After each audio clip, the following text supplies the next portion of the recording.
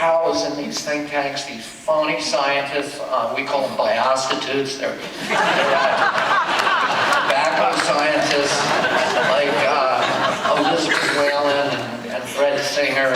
Fred Singer will come on, Wolf Blitzer every couple of weeks and say, whatever industry pays him to say. He'd say cholesterol is good for you, or the seatbelts are a disaster for human health, or airbags in cars, the whales love being harpooned, there's no such thing as global warming, whatever.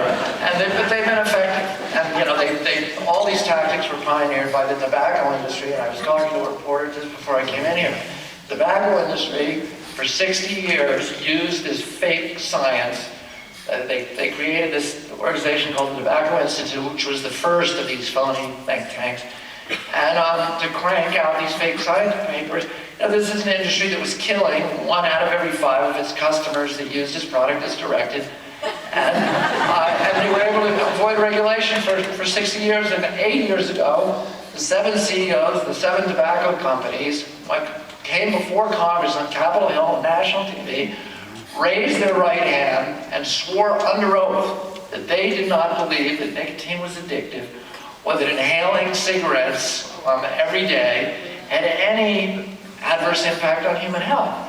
Well, and these are church-going, respected people in their communities, and we all know they were lying, but they were lying to protect the profits of their company and their shareholders' interests. And the carbon industry, coal and oil, has much greater profits at stake, dozens of times the level of profits of the tobacco industry. So, of course, their CEOs are largely willing to commit the same kind of perjuries in defense of their own profit-taking, and they've engineered this extraordinary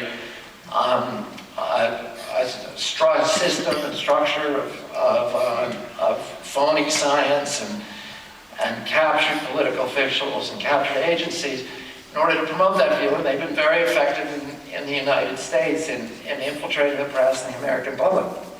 But in England, they haven't had all that. And so people accept the science behind global warming. They understand generally that it's a grim urgency, that government has to play a strong hand in addressing.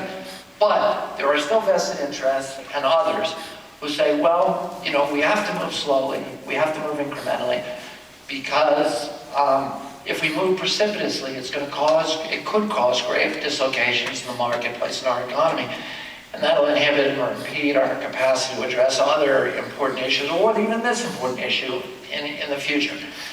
And Lord Putnam was addressing the concerns specifically of that cohort.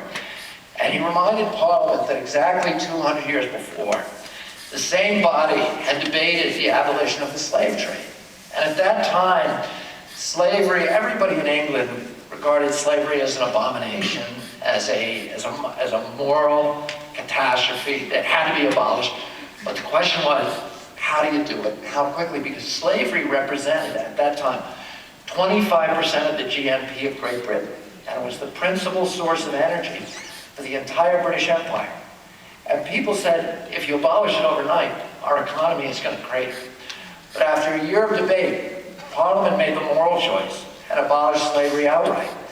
And instead of collapsing, the British economy exploded, as thousands of entrepreneurs rushed into that space to create new forms of energy, mainly mechanical ones, in an era that we now know as the Industrial Revolution, which was the greatest epic in wealth creation in the history of mankind. And the abolition of slavery had exposed all of these hidden inefficiencies that were associated with free human bondage.